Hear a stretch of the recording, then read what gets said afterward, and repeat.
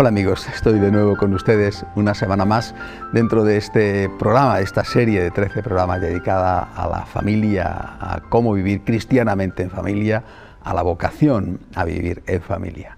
Les decía a ustedes la semana pasada que quiero dedicar 4 programas, el centro de esta serie, a la familia desde la perspectiva de los esposos, que no es lógicamente la única perspectiva, pero que es la perspectiva fundamental. He dividido la etapa de la vida de unos esposos en 4 bloques. La primera, a la que me referí la semana pasada, los primeros años del matrimonio, imaginemos que son en torno a 15 años que dura esa primera etapa.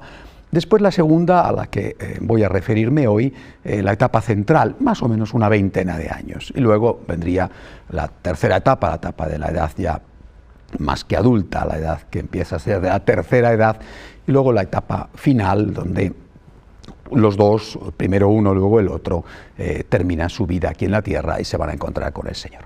Les decía la semana pasada, hablando de esta etapa inicial, que tiene sus problemas típicos, pero también sus ventajas, es decir, sus elementos de tipo humano a favor, ¿no? Por ejemplo, los problemas relacionados con el anclaje, el aprender a convivir, a conocerse mejor, sobre todo cuando no se había hecho bien el noviazgo, los problemas llegados a la aparición de los niños, los problemas ligados a una enorme carga de trabajo para salir adelante, porque normalmente pues, es cuando hay que esforzarse más para pagar el piso, en fin, tantas cosas, ¿no?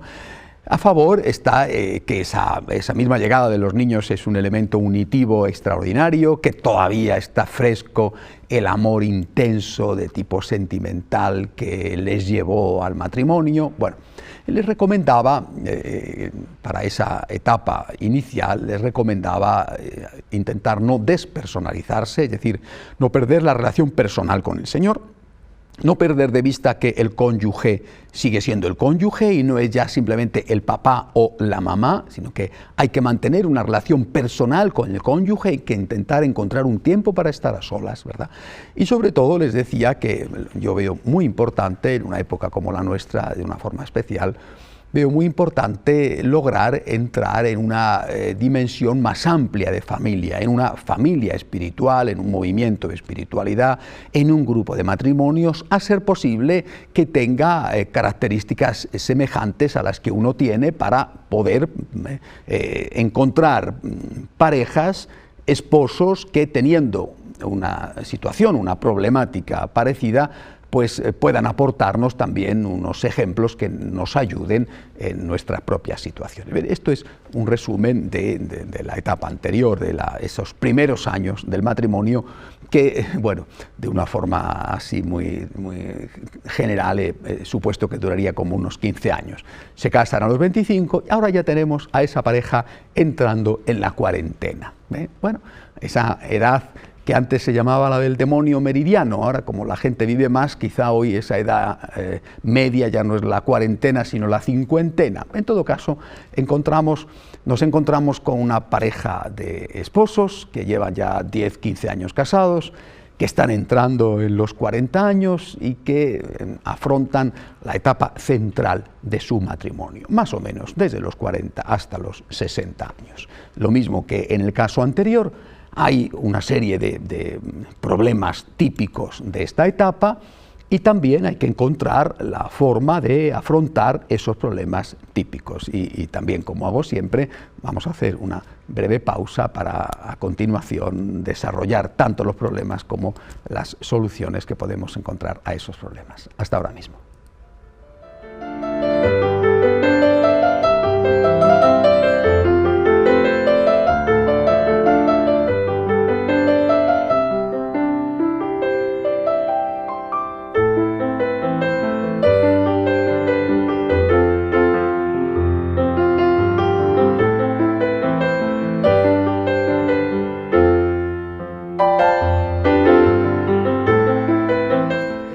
Bien amigos, ¿cuáles serían los problemas típicos de esta etapa central de la vida matrimonial? Yo creo que, y siempre resumo, ¿verdad? Y me dirá alguno que no tengo ni idea de qué estoy hablando porque no estoy casado, pero bueno, al menos, como he dicho ya varias veces, en función de la experiencia que tengo como sacerdote, como consejero matrimonial, puedo decir que yo creo que esos problemas son esencialmente de 2 tipos.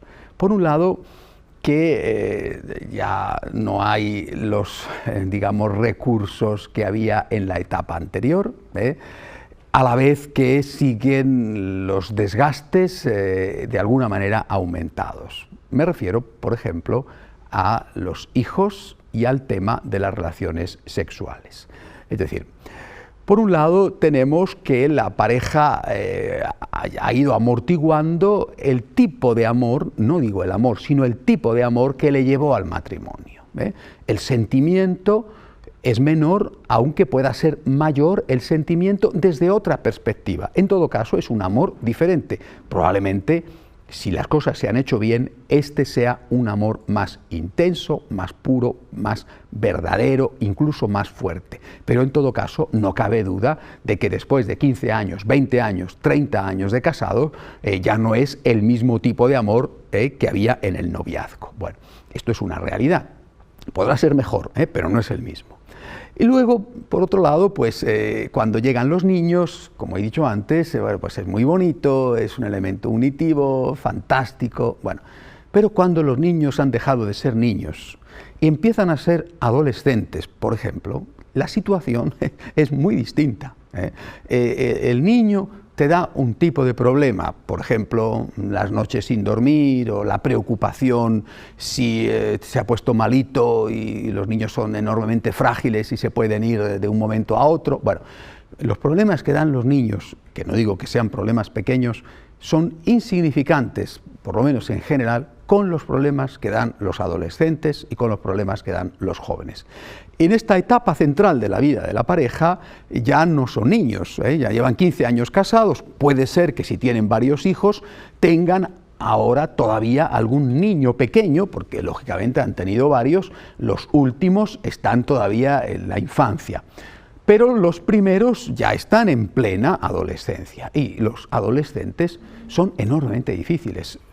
Hay adolescentes extraordinarios, pero lo normal es que los adolescentes sean muy difíciles y que los padres con hijos adolescentes se vean sometidos a una carga extra que les provoca no pocas tensiones y que a veces les lleva al enfrentamiento entre ellos. Esto es un elemento.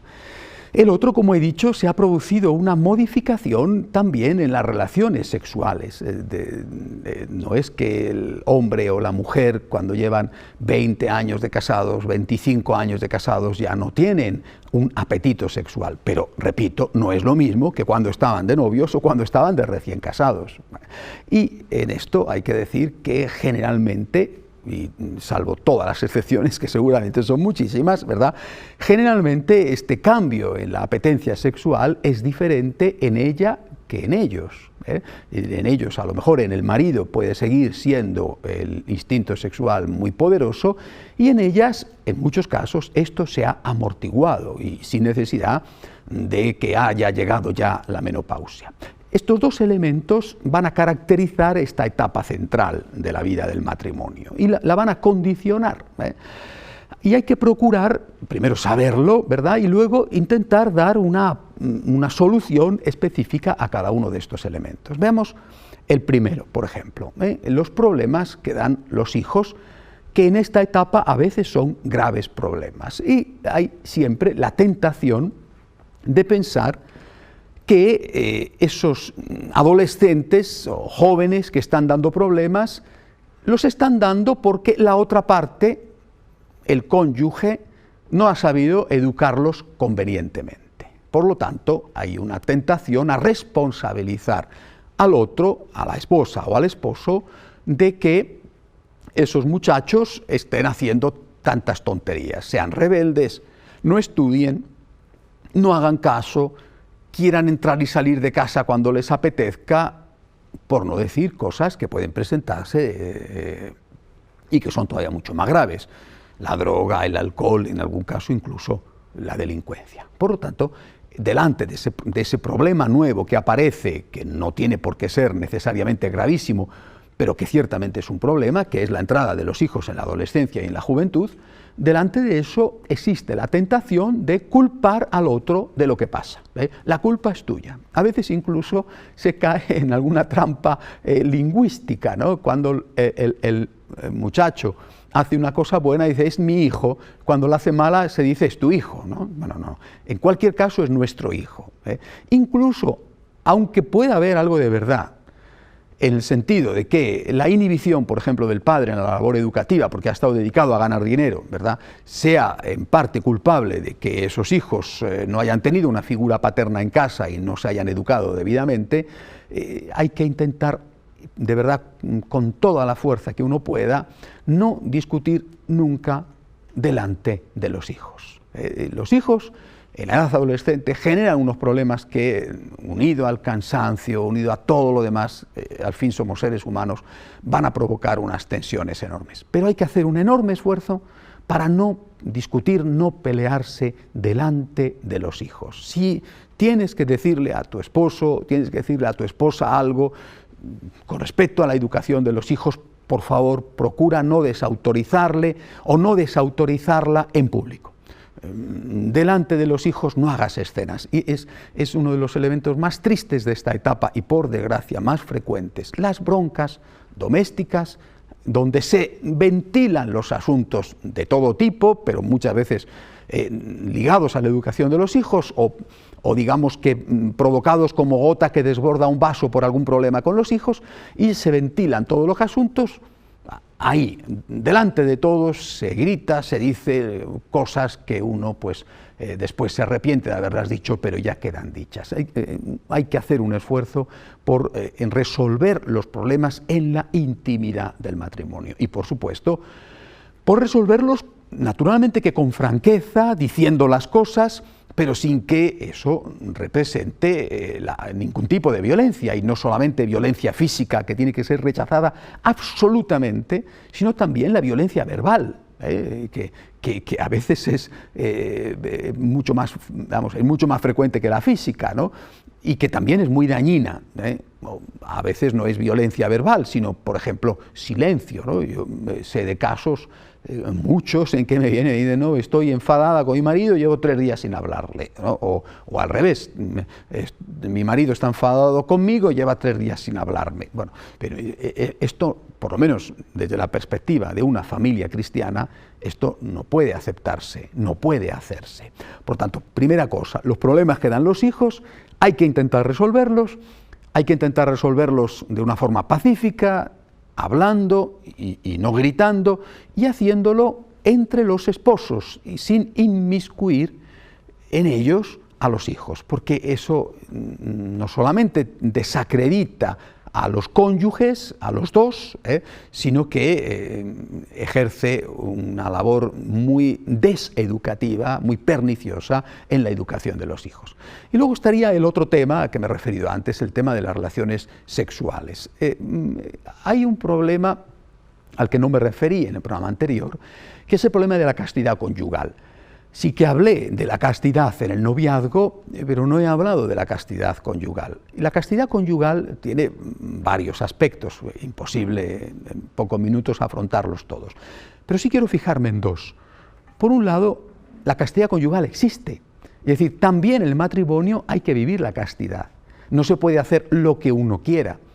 Y eso significa, y forma parte de lo que uno se ha comprometido cuando se ha casado por la Iglesia, que hay que estar abiertos a los hijos, y que hay que estar abiertos a los hijos con una actitud generosa y con una actitud responsable, utilizando con una actitud generosa aquellos medios que son lícitos, que son permitidos por la Iglesia porque han sido puestos por Dios, que son los métodos de control natural de la natalidad. Ahora, repito, con una actitud generosa, porque si no podía darse el caso de que utilizando medios legítimos no se tuvieran niños o se tuvieran muy pocos niños. Bueno, pero ¿qué sucede cuando la pareja llega un momento en que dice ya no queremos tener más hijos? Con una paternidad responsable no conviene que vengan más niños. Tenemos 4, tenemos 5 niños. Bueno, hay que hacer un esfuerzo por vivir la castidad conyugal. Si se ha vivido antes, a partir de ese momento hay que vivirlo con una especial intensidad. Y esto representa un esfuerzo y un sacrificio.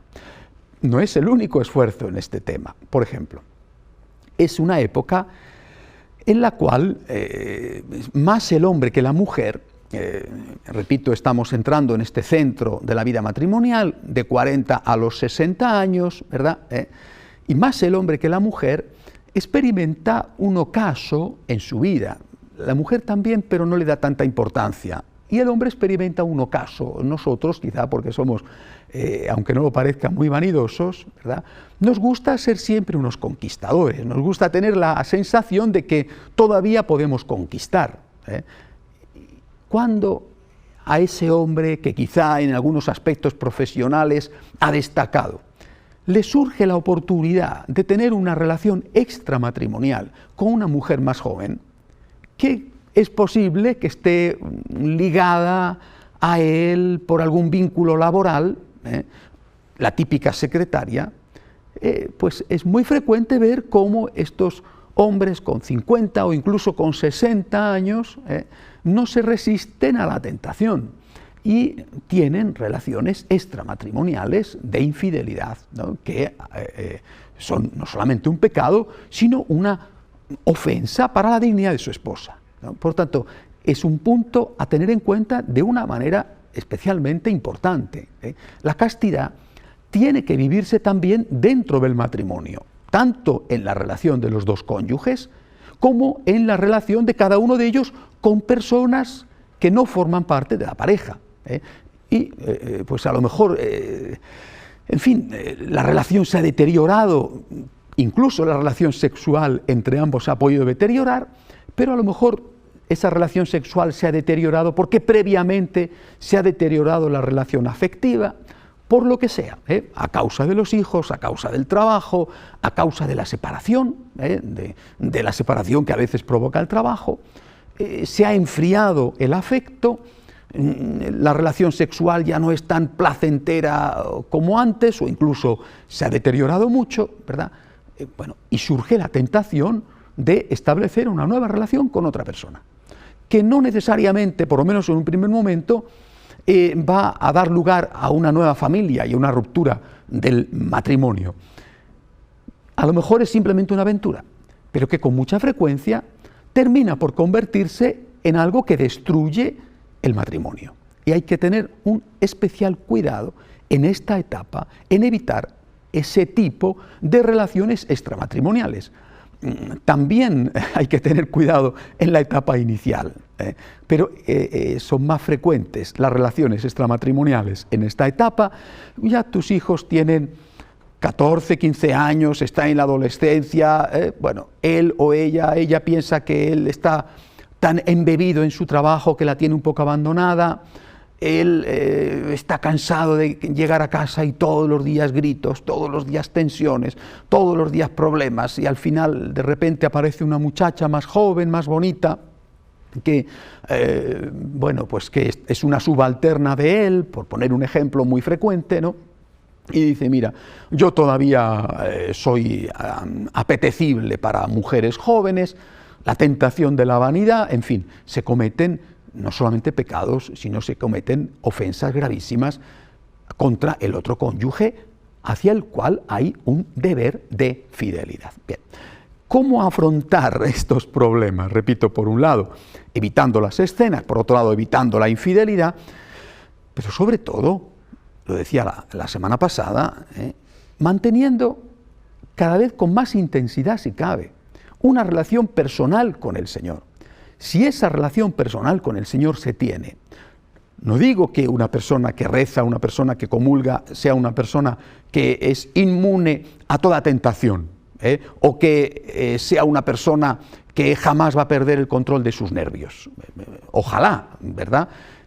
Pero sí que es verdad que una persona que reza, una persona que comulga, una persona que se confiesa, es una persona que va a afrontar con más facilidad tanto el control de su carácter y por lo tanto lograr tener una relación con el cónyuge pacífica y educada, como la fidelidad a ese cónyuge y por lo tanto evitar todo tipo de infidelidad fuera del matrimonio. Yo creo que es en este momento, en esta etapa de la vida, donde esa relación personal con el Señor tiene que estabilizarse y tiene que convertirse en algo habitual.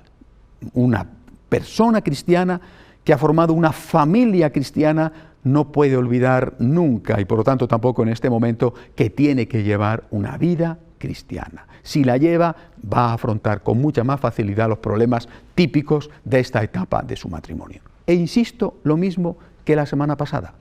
Además de esta relación personal con el Señor, además de esto, la pertenencia a una familia espiritual. Si la familia se queda aislada, si la familia está replegada en sí misma, se hace muchísimo más frágil. Si la familia, por el contrario, forma parte de un equipo familiar, de un grupo de familias, a las cuales ayuda y de las cuales recibe ayuda, va a tener más fácil, va a ser más sencillo para esa familia afrontar los problemas que en esa etapa central de su vida están atravesando. Un momento de pausa, como siempre, y enseguida vuelvo para terminar este capítulo.